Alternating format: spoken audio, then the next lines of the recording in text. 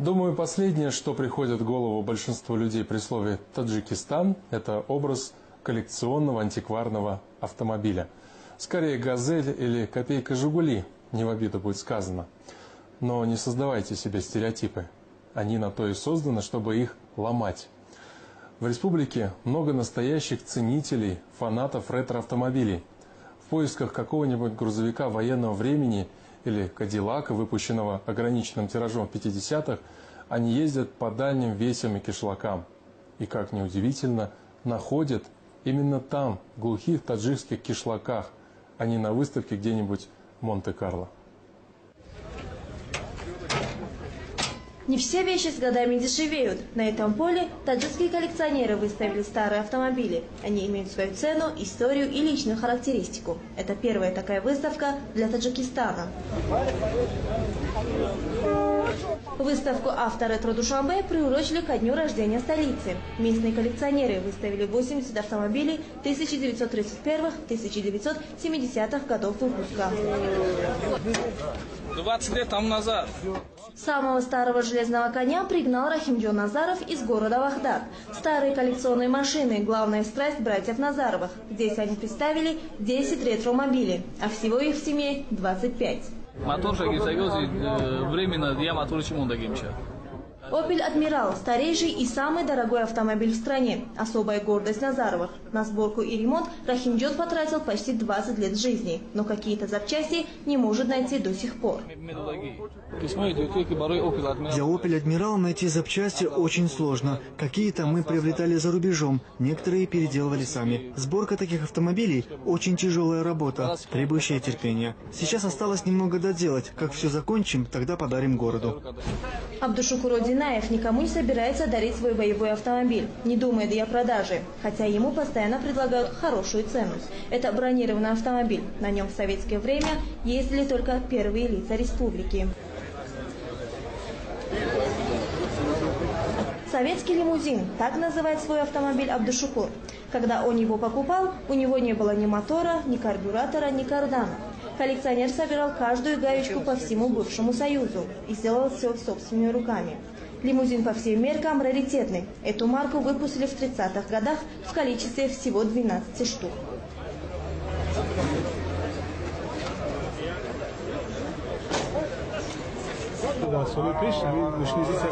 В прежние годы такие марки ЗИЛ-301 изготавливались только для правительственных лиц. Когда они выходили из эксплуатации, то их читировали и сдавали на металлолом. Я не знаю, как эта машина уцелела. К счастью, она попала ко мне. Такие машины выпускались по спецзаказу. Вот этих лимузинов было всего 12.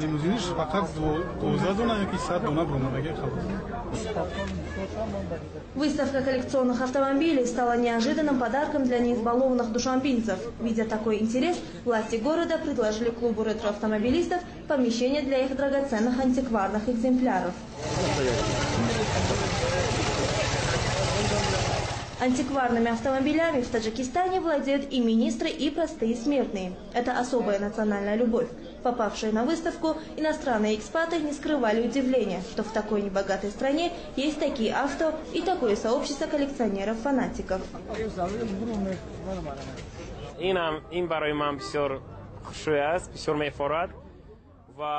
Я уже долгое время нахожусь в Таджикистане, и мне даже не верится, что здесь есть столько прекрасных антикварных автомобилей.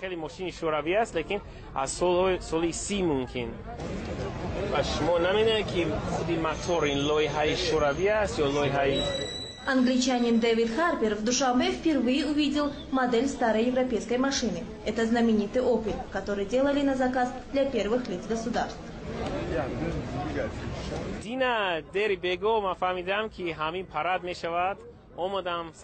Я узнал, что состоится фестиваль-выставка, и с раннего утра стоял и ждал открытия. Лично для меня это очень интересно, потому что на выставке представлены очень старинные автомобили. Я, честно говоря, удивлен, что такие машины попали в Душанбе, и как они хорошо сохранились. Некоторые из них так шикарно отремонтированы, что, глядя на них, вспоминаешь былые времена.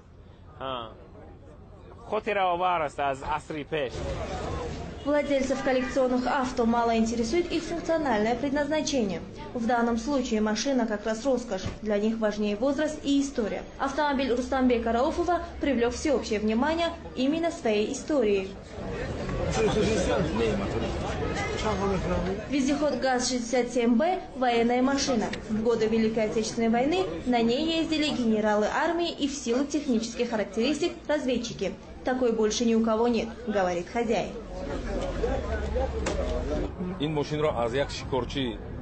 Этот автомобиль 1941 года производства. Я купил его у русского мужчины, дяди Саши из Шахритутского района. Машина была в ветхом состоянии. Я покрасил ее в заводской цвет, а запчасти купил за границей. На ремонт ушло 3 года. Над ним 1 год и 6 месяцев работали 3 мастера, а потом еще 3 мастера около 1 года и 8 месяцев.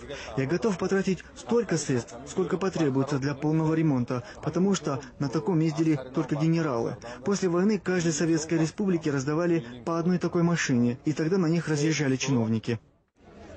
Владельцы хвастаются, что их автомобили могут стоить и $100 000 и больше. Но специалисты говорят, что пока это все же хобби для избранных. Вот и на первой выставке «Авторетро Душанбе» ни одной сделки не заключили. Люди предпочитали фотографироваться на фоне красивых машин и заглянуть внутрь. Но вот про цены никто не спрашивал.